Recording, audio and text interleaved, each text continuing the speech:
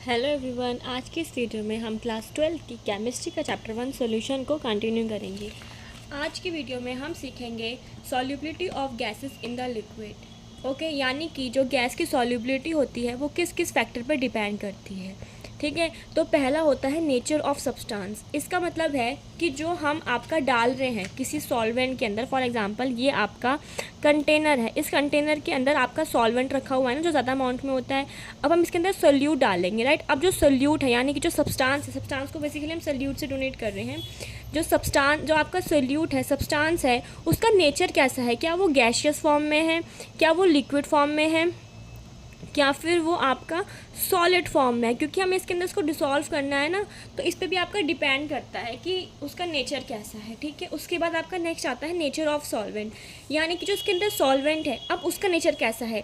क्या उसकी डेंसिटी जो है वो हाई है? जो उसकी डेंसिटी है, डेंसिटी की स्पेलिंग सॉरी, डेंसिटी, जो इसकी डेंसिटी है वो हाई है या फिर लो है। ये इस पर भी डिपेंड करता है कि सोल्यूट का नेचर कैसा है, कि उसमें कम पार्टिकल है या फिर ज़्यादा पार्टिकल है, इस चीज़ पर डिपेंड करता है। ओके, और थर्ड होता है आपका टेम्परेचर ऑफ द सोल्यूशन, यानी कि जो सोल्यूशन का टेम्परेचर है वो कितना है। अब जो आपका सोल्यूशन फॉर्म हुआ है, इसका टेम्परेचर वार्म है या फिर कोल्ड है, ये इस पर डिपेंड करता है आपका गैस का नेचर भी। ये बहुत इंपॉर्टेंट है, और ये फोर्थ वाला भी बहुत इंपॉर्टेंट है, इसको हम डीपली समझेंगे। चौथा होता है प्रेशर पे, यानी कि इसके अंदर कितना प्रेशर अप्लाइड कर रहे हैं जिससे गैस की सॉल्युबिलिटी मेंटेन रहे, तो ये भी आपको डीपली पढ़ना है। ये दो टॉपिक हम जो है डीपली पढ़ेंगे। ओके, तो चलिए इन दोनों को पढ़ते हैं। इफेक्ट ऑफ टेम्परेचर, टेम्परेचर के साथ गैस की सॉल्युबिलिटी का क्या इफेक्ट होता है? देखो, अगर टेम्परेचर ज़्यादा होता है तो आपकी गैस की सॉल्युबिलिटी कम होती है, सॉल्युबिलिटी ऑफ गैसेस डिक्रीज, कम होती है विद इंक्रीज ऑफ टेम्परेचर, अगर टेम्परेचर ज़्यादा होता है। यानी कि हम कह सकते हैं कि जो सॉल्युबिलिटी होती है गैस की वो इन्वर्सली प्रोपोर्शनल होती है टेम्परेचर की। ठीक है, इन शॉर्ट हम इसको ये वाली बात कह सकते हैं, ये याद रखिएगा। ठीक है, आप इसको ऐसे समझ सकते हैं कि जब हम पानी पीते हैं, गिलास में जब हम पानी पीते हैं, गर्म पानी जब हम पीते हैं, गर्म पानी, हॉट वाटर, तो इसमें से वेपर्स निकलते हैं।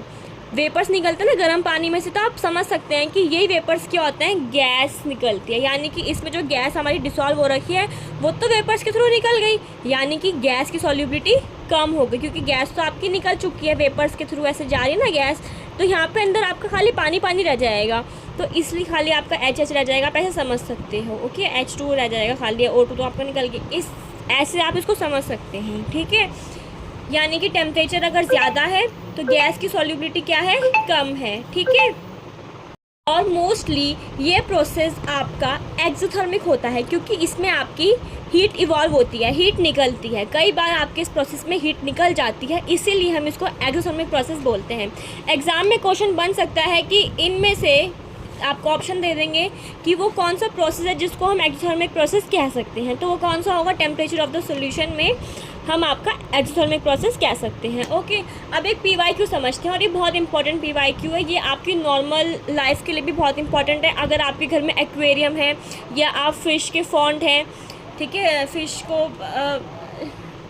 रखने में, फिश की रियरिंग में, अगर आपको पसंद है फिश की रियरिंग करना, तो उसके लिए इम्पॉर्टेंट है। ओके, क्वेश्चन ये है कि why aquatic animals are not comfortable in warm water. जो आपके एक्वेटिक एनिमल्स होते हैं, जो एक्वेटिक एनिमल्स यानी कि जो पानी में रहते हैं, जो पानी में रहने वाले जीव हैं, वो गर्म पानी में कंफर्टेबल नहीं होते, खुश नहीं होते, मतलब वो बेसिकली मर जाते हैं गर्म पानी में। अगर ज़्यादा लंबे समय तक वो रहते हैं तो वो मर जाएंगे। अब इसका रीज़न क्या है?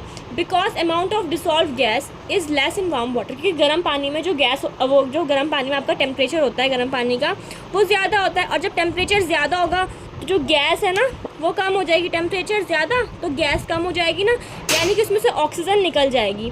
पानी में से जब आपकी ऑक्सीजन निकल जाएगी तो जो बेचारे आपके एक्वेटिक एनिमल्स हैं वो क्या सांस लेंगे, किससे वो आपका जो है ब्रीदिंग करेंगे, तो उनके पास ऑक्सीजन होएगी नहीं, तो इसलिए वो आपके मर जाते हैं। क्वेश्चन कुछ भी बन सकता है, फिलहाल आपका क्वेश्चन ये बना है। ठीक है, इसको याद रखना है, इसको आपको एक प्रैक्टिकली आपको समझाते हैं ये चीज़।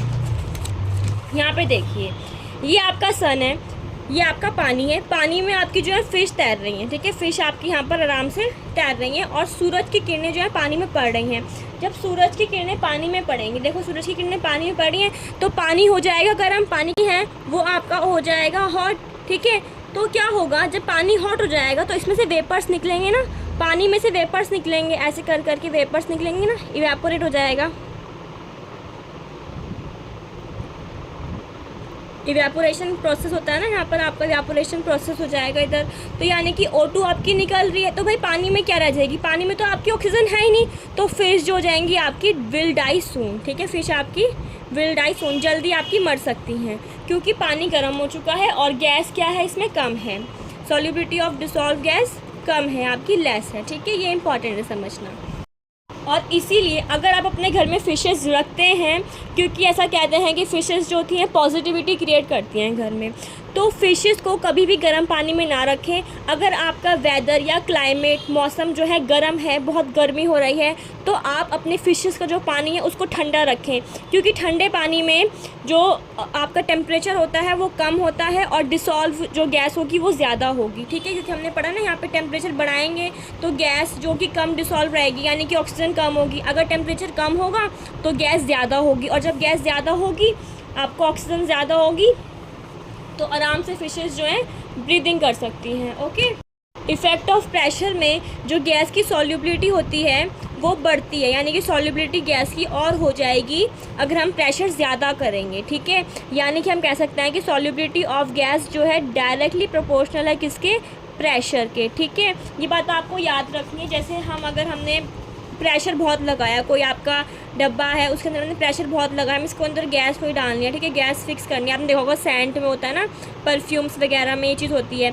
हमने बहुत सारी इसमें प्रेशर लगा दिया, बहुत सारा प्रेशर लगाया, तो जो उसके अंदर गैस है वो डिसॉल्व रहेगी, वो बाहर नहीं आएगी, क्योंकि प्रेशर ज़्यादा है ना, ऊपर से बहुत धक्का लग रहा है, बहुत प्रेशर लग रहा है, तो गैस आपकी यहीं रहेगी। ठीक है, तो ये याद रखना कि सॉल्युबिलिटी ऑफ गैसेस इंक्रीज़ होती है, बढ़ती है सॉल्युबिलिटी गैस की जब प्रेशर इंक्रीज़ होता है। ठीक है, इसका एक बहुत अच्छा आपको पढ़ना है, वो आपको हेनरीज लॉ में पढ़ना है, वो बहुत इंपॉर्टेंट टॉपिक है। एग्ज़ाम में हेनरीज लॉ आता है, उसकी एप्लीकेशन भी आती है, ज़रूर आता है वहाँ से क्वेश्चन। तो इसके बाद हम वही पढ़ेंगे और वो इसी से लिंक है, तो इसको आप अच्छे से समझ लेना। ओके, इसका हम डीपली और पढ़ेंगे हेनरीज लॉ में।